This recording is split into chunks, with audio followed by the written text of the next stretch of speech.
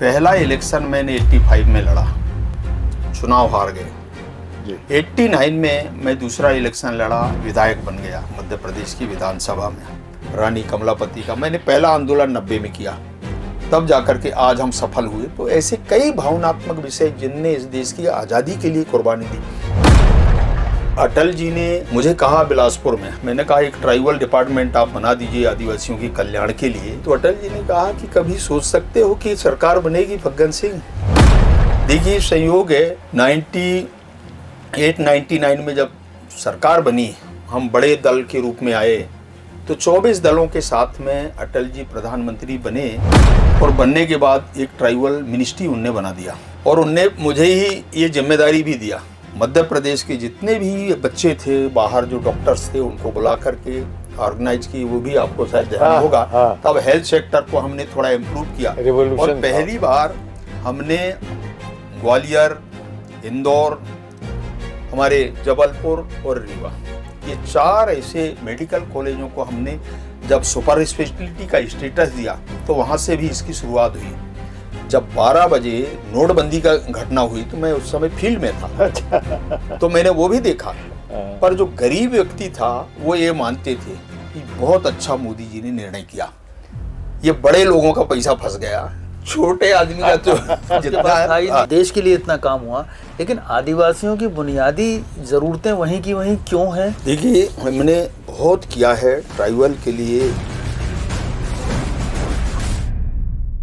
नमस्कार, राष्ट्रीय हिंदी मेल के हस्तियों से बात, राष्ट्रीय हिंदी मेल के साथ कार्यक्रम में आज हमारे बीच 7 बार मध्य प्रदेश में आदिवासी क्षेत्र में सांसद रहे, केंद्र में मंत्री रहे, वरिष्ठ नेता, शिखर पुरुष, राजनीति आदिवासियों के क्षेत्र के शिखर पुरुष फग्गन सिंह जी कुलस्ते हमारे बीच में हैं। आपका स्वागत करते हैं फग्गन सिंह। और हमारा ये कार्यक्रम जो होता है, इसमें हम आपके हस्तियों से हम बात करते हैं, उनके मन में क्या रहता है, क्या चाहते हो राजनीति में, विचारधारा क्या रहती है, विकास को लेकर क्या उनका एजेंडा रहता है, उस पर हम 10 मिनट में चर्चा करते हैं। आपका स्वागत है। हमारे ग्रुप एडिटर हमारे साथ हैं आशीष दुबे जी, शिवी अग्रवाल हमारी रिपोर्टर हैं, मध्य प्रदेश के सेंट्रल इंडिया प्रेस क्लब के अध्यक्ष हैं गोविंद गुर्जर जी। हम सब मिलकर आपसे 10 मिनट बात करेंगे। मैं चाहूँगा कि आप पहले कुछ कहना चाहेंगे तो आप अपनी शुरुआत कर सकते हैं कि आपका राजनीतिक जीवन का सफ़र कैसा रहा और आपका अनुभव कैसा रहा इस पार्टी में, भारतीय जनता पार्टी में, जो हिंदुत्व और आदिवासियों की बदौलत पार्टी बनी है। इस पार्टी में आपका अनुभव कैसा रहा? प्रधानमंत्री के बारे में आपकी क्या राय है? मध्य प्रदेश सरकार के बारे में आपकी क्या राय है?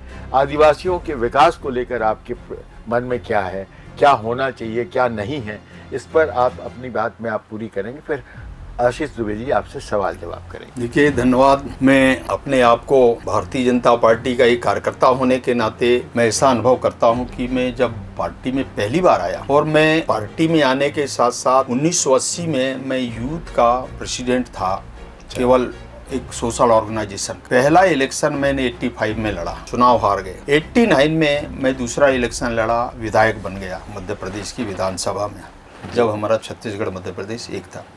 पार्लियामेंट सेक्रेटरी बन गया, हेल्थ डिपार्टमेंट मेरे पास था। ऐसी मेरी शुरुआत है। राजनीतिक दृष्टि से अनेक संगठनों में मैंने काम किया। आज भी मैं सामाजिक दृष्टि से, मैं समाज के राष्ट्रीय अध्यक्ष के नाते भी, हमारा पूरे ट्राइबल का कार्यकारी अध्यक्ष के नाते, और जितने भी ऐसे संस्थाएं हैं, ऑर्गेनाइजेशन है, सरकारी हैं, गैर सरकारी है, ऐसे सभी संस्थाओं में मैं कहीं ना कहीं पैटर्न या किसी ऑर्गेनाइजेशन से जुड़ करके काम किया समाज में। तो मुझे अनुभव आया। पहली बार अटल जी की सरकार बनी, मैं उस समय सुझाव दिया था, मैं मोर्चे का महामंत्री के नाते। तो अटल जी ने मुझे कहा बिलासपुर में, मैंने कहा एक ट्राइबल डिपार्टमेंट आप बना दीजिए आदिवासियों के कल्याण के लिए। तो अटल जी ने कहा कि कभी सोच सकते हो कि सरकार बनेगी फग्गन सिंह? देखिए संयोग है, 98-99 में जब सरकार बनी, हम बड़े दल के रूप में आए, तो 24 दलों के साथ में अटल जी प्रधानमंत्री बने और बनने के बाद एक ट्राइबल मिनिस्ट्री उनने बना दिया। यानी आपकी बात को रखी उन्होंने, और उनने मुझे ही ये जिम्मेदारी भी दिया।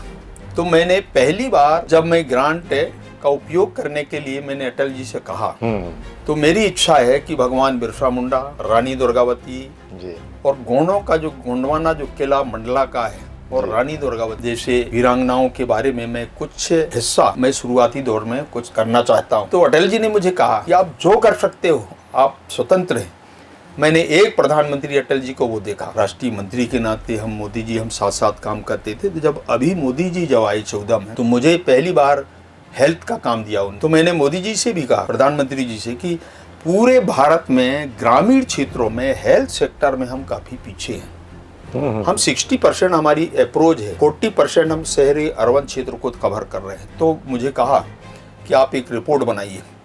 आपको और मुझे कहते हुए प्रसन्नता है कि वास्तव में जब मैं रिपोर्ट प्रस्तुत किया प्रधानमंत्री नरेंद्र मोदी जी के पास, तो भारत में जो हमारी 50,000 सीटें होती थी MBBS की, मैंने 50,000 और प्लस किया तो 1 लाख सीट, क्या बात है, इस रिकमेंडेशन के आधार पर हुई। PG की सीट मैंने 25,000 मैंने किया 12,000 से। देश में जहां पर मेडिकल कॉलेज नहीं था, हमने वहां पर अपग्रेड करने के लिए जो डिस्ट्रिक्ट हॉस्पिटल है वहां पर 300 बेड 300 बेड्स अगर हैं तो हम वहां अपग्रेड करेंगे मेडिकल कॉलेज। मैंने एक रिकमेंडेशन ये किया। फिर मैंने मध्य प्रदेश के परिप्रेक्ष्य में शिवराज जी को कहा कि यहाँ पर जितने हमारे विदेश में बच्चे हैं या किसी इंटर स्टेट में, आप सबको बुलाइए, जितने डॉक्टर्स हैं, एक बार साल में हमको 1 दिन देंगे हमारे यहाँ के बच्चे। तब हेल्थ सेक्टर को हमने थोड़ा इम्प्रूव किया और पहली बार हमने ग्वालियर, इंदौर, हमारे जबलपुर और रीवा, ये 4 ऐसे मेडिकल कॉलेजों को हमने जब सुपर स्पेशलिटी का स्टेटस दिया, तो वहाँ से भी इसकी शुरुआत हुई हमारे रूरल क्षेत्र के अंदर। एक बहुत बड़ा परिवर्तन मैंने उस समय सुझाव दिया। आज जो डिजिटाइल राजस्व रिकॉर्ड, ये आप देखिए सब डिवीज़न और एक डिवीज़न लेवल पे सारे ऐसे खाता खतियान को दुरुस्त करने का काम हमने शुरू किया। अच्छा। और ये काम भी हमने शुरू किया और आज मध्य प्रदेश हमारा पहला राज्य बना दिया हमको। ये स्वामित्व हाँ, योजना स्वामित्व वगैरह योजना ये हमने शुरू किया, मेरे पास ही था ये। केंद्र के सब तो ये स्कीम को हमने आगे बढ़ाया और बहुत- मुझे लगता है मैंने जितना काम मेरे को प्रधानमंत्री नरेंद्र मोदी जी हो या अटल जी ने, मैंने वास्तव में बहुत ईमानदारी के साथ में काम करके मैंने समाज और दुनिया के सामने दिखाया। भले राज्य मंत्री था, परंतु मैंने जो काम शुरू किया वो हमारे कैबिनेट ने भी माना, प्रधानमंत्री जी ने भी माना और वो आज सामने है। आदिवासियों के लिए इतना काम हुआ, देश के लिए इतना काम हुआ, लेकिन आदिवासियों की बुनियादी ज़रूरतें वहीं की वहीं क्यों हैं? और सियासी रूप से वो पकड़ या वो 100% रिजल्ट भारतीय जनता पार्टी क्यों नहीं ले पा रही है? देखिए, हमने बहुत किया है ट्राइबल के लिए। एक समय ऐसा था जब भारत में हमारी 2 सांसद होते थे, मैं देखा है इसको, मैं तो विधायक था। हाँ, परंतु जब मेरे ऊपर ये जिम्मेदारी आई तो मैंने सारे देश भर में ट्राइबल के क्षेत्र में, और आपने देखा होगा अधिकतम सीटें, हम चाहे हमारी 41 सीटों का विषय हो और चाहे आज 47 का भी हो, 37 सीट्स हमने सभी राजनीतिक पार्टियों से ऊपर उठ करके हमने इस संख्या को हमने बढ़ाया। और जहां हमारी कोई स्ट्रेंथ नहीं होती थी, हमने वो देखा। हमने ट्राइबल ब्लॉक 740 ऐसे ब्लॉकों में हमने एकलव्य आदर्श विद्यालय CBSE पाठ्यक्रम वो हमने शुरू किया। मोदी जी ने इसको बढ़ाया है, अटल जी ने प्रारंभ किया था। हेल्थ सेक्टर को ऐसे कुछ चीज़ है ट्राइबल क्षेत्र में जहां हम कुछ नहीं कर पाते थे, आज इसकी बहुत ज़रूरत है। तो ये जो ट्राइबल में फिर हमने जो हमारे महापुरुष हैं, मैंने जिस काम को शुरुआत किया था, आज बहुत बड़े देश में आज भगवान बिरसा मुंडा के बारे में पूरे देश में इतना बड़ा कार्यक्रम कर रहे हैं हम। आज यही देखिए, आपको शायद पता होगा कि रानी कमलापति का मैंने पहला आंदोलन 90 में किया, तब जाकर के आज हम सफल हुए। तो ऐसे कई भावनात्मक विषय जिनने इस देश की आज़ादी के लिए कुर्बानी दी, ऐसे महापुरुषों को लेकर के ट्राइबल की विशेषकर हमने संघर्ष किया। इसका परिणाम हमको मिले हैं और सरकारों को इसका लाभ भी मिला है, भारतीय जनता पार्टी को, चाहे केंद्र का हो और चाहे राज्यों का। लेकिन मध्य प्रदेश सबसे बड़ा ट्राइबल स्टेट है, उसके बाद भी मध्य प्रदेश, यदि हम भाजपा के परिप्रेक्ष्य में बात करें तो भाजपा के पास आदिवासी नेतृत्व कौन है? आप तो बड़े नेता हैं, सब कुछ हैं, लेकिन उसको उभारने का काम कहाँ पर अटका हुआ है? देखिए, ये तो पार्टी तय करती है किसको नेता बनाएंगे, किसके बारे में क्या सोच है, तो पार्टी तय करती है। और इसलिए भारतीय जनता पार्टी के बारे में कि वो हर चीज़ों को देखती है, और इसलिए हमारे कुछ चीफ मिनिस्टर बने हैं। छत्तीसगढ़ हो गया, आज हमने उड़ीसा भी बनाया, इसके पहले हम झारखंड भी बनाए थे, और बाकी नॉर्थ ईस्ट को तो छोड़ दिए, पर वहाँ भी हमने काफ़ी लोगों को, और कुछ जगह हमने किया भी है। एक समय तो मध्य एक प्रदेश ऐसी- में आदिवासी मुख्यमंत्री की मांग बहुत जबरदस्त तरीके से चली थी, वो आप अभी कहाँ देखते हैं उस मांग को? देखिए, समय आएगा, कभी ना कभी इस प्रकार की परिस्थिति बनेगी। निश्चित तौर से हम लोगों ने जितना भारतीय जनता पार्टी की ओर से काम जनजातीय क्षेत्रों में हमारे लोगों ने किया है, वास्तव में आज जो व्यक्ति इन सीटों को जीतता है ज्यादा से ज्यादा, उसकी सरकार उसकी बनती है, ये रिकॉर्ड है।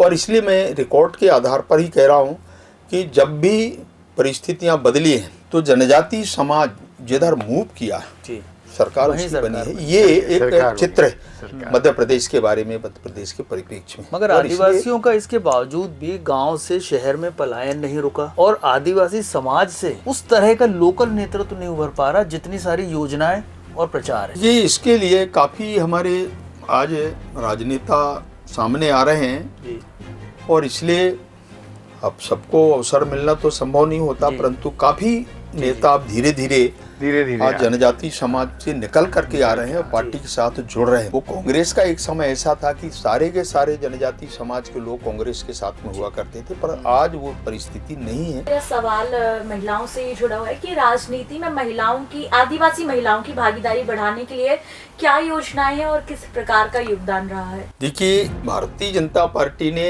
एक तो हम स्थानीय बॉडी पर 50% हमने रिजर्वेशन दिया, उसमें से जितना परसेंट ट्राइबल का है उतना उनको रिजर्वेशन हम लोकल बॉडी के अंदर दे रहे हैं।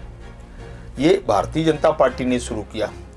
हमने अभी 33% असेंबली के अंदर और लोकसभा के अंदर हमने रिजर्वेशन महिलाओं के लिए, उसमें से जितनी सीटें हमारी आएंगी रिजर्व कैटेगरी के लिए, उनमें से ये हमारा 1/3 है हिस्सा इसमें चला जाएगा।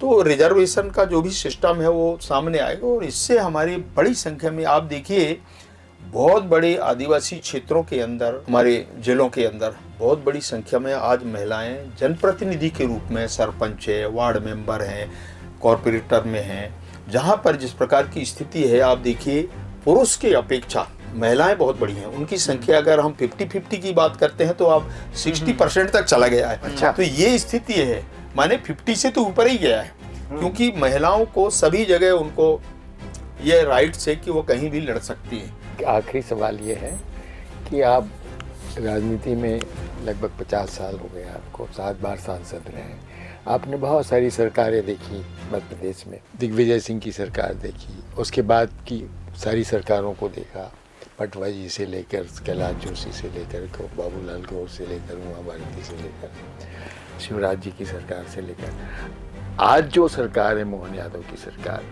इन सभी सरकारों में आपको बुनियादी फर्क क्या लगता है? नंबर 1। नंबर 2, आदिवासी क्षेत्रों में जो नोटिफाइड एरिया है वहाँ आदिवासियों की ज़मीनों के विक्रय को लेकर प्रतिबंध था, लेकिन 2008 से लेकर 2022 तक मध्य प्रदेश में करीब 3-3.5 हजार ऐसे परमिशंस जारी किए गए हैं जो आदिवासियों की ज़मीनों के, जो जनरल भूमाफियाओं ने खरीद लिए। तो क्या ऐसे मामले में इन लोगों के खिलाफ कोई अभियान, कोई क्रांतिकारी फैसला होना चाहिए इनको सजा देने के लिए कि आदिवासियों को ठगा गया है? क्या आपका विचार है? ये 2 मुद्दे हैं जो मैंने आपसे। देखिए, पुरानी सरकारों को भी मैंने देखा है। मैं श्यामाचरण जी जब चीफ मिनिस्टर थे तो मैं वहाँ से जो भी चीफ मिनिस्टर हुए मैंने करीब करीब सबको देखा। सबसे मेरा व्यक्तिगत वार्ता भी कई बार कई मौके पर हुए। तो ये मैंने सरकारों का भी कामकाज को देखा है। शिवराज जी का भी लंबा समय रहा, उनके साथ में भी 18 साल रहे। सहयोगी के नाते, पार्टी में पदाधिकारी के नाते, सरकार में केंद्र में हिस्सेदार होने के नाते सब चीजें मैंने देखा। बहुत बड़ा बदलाव मध्य प्रदेश के अंदर वास्तव में भारतीय जनता पार्टी और शिवराज जी के आने के बाद एरिगेशन साइड में हमारा बहुत बड़ा परिवर्तन हुआ। मैं उस समय भी, पटवा जी के समय भी, मध्य प्रदेश छत्तीसगढ़ जब था तो 7 लाख हेक्टेयर जमीन को सिंचित था। आज छत्तीसगढ़ बनने के बाद आज मध्य प्रदेश के बारे में कहें तो लगभग 64 लाख हेक्टेयर जमीन को हम सिंचित कर रहे हैं। तो ये एक बहुत बड़ा, और इसके कारण देश में आज जो रकवा है या गेहूं के क्षेत्र में उपार्जन में आज मध्य प्रदेश सबसे आगे निकल गया। तो ये एक जो परिवर्तन मैंने देखा, ठीक है, आज जैसे मोहन जी है, कोशिश तो कर रहे हैं कि हम उसी सिस्टम को आगे बढ़ाएं, परंतु हम कुछ चीज़ों में हम जितना होना चाहिए, बाकी जो हिस्सेदारी इसमें होना चाहिए कि जैसे हमारे पास लोग हैं, गरीब हैं, कहीं ना कहीं प्रभावित होते हैं, लैंड एक्विजिशन के मामले आते हैं, उसमें हम थोड़ा पीछे हैं। पर इसलिए कि जब तक इसको हम आगे नहीं बढ़ाएंगे तब तक हमारा ये काम आगे नहीं बढ़ेगा। और इसलिए इसके बारे में थोड़ा सा मुझे लगता है कि बहुत गंभीरता से सोचना चाहिए। इसीलिए जिक्र किया कि आपके आदिवासियों की जमीनों को बेहिसाब बेचने की अनुमति दी गई।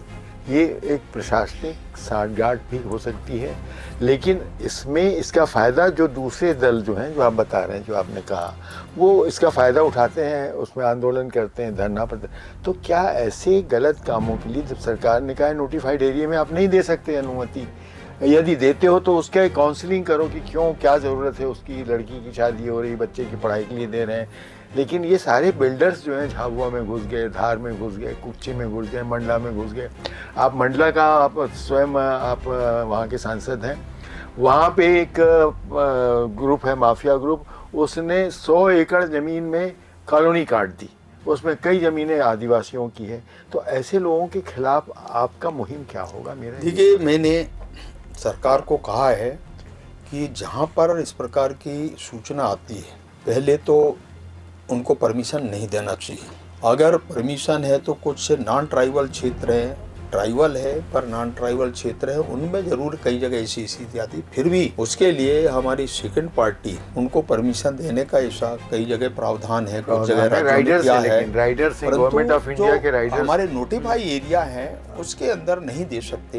ये मैंने स्पष्टता से पिछले समय जब कार्य मंत्रणा समिति की बैठक हुई थी तब मैंने उस समय भी कहा। तो अभी इस दिशा में तो ठीक है, पर ये जो बाकी जो क्षेत्र है उस पर जरूर है इस प्रकार की शिकायतें प्राप्त हुई हैं, और उस पर हम सरकार से कहेंगे कि अगर ऐसी सूचना आती है तो उसको एक बार रोकें और उसकी कार्रवाई करें। धन्यवाद कुलस्ते जी, आप हमारे अल्प समय के आमंत्रण में आप हमारे स्टूडियो में आए, हमसे बात की, आपने प्रधानमंत्री नरेंद्र मोदी के विज़न को लेकर बड़ी बात कही, आपने मध्य प्रदेश सरकार को लेकर और दूसरी सरकारों को लेकर बड़ी बात कही, और सबसे बड़ी बात जो आपने कही है कि आदिवासियों के विकास को लेकर कि उनकी बुनियादी आवश्यकताएं क्या हैं और उनको किस तरीके से आगे बढ़ना चाहिए। जिस तरीके से आपने कहा कि ज़मीनों की खरीद फरोख्त जो हुई है वो गलत है, गैर कानूनी है, उस पर कार्रवाई होनी चाहिए।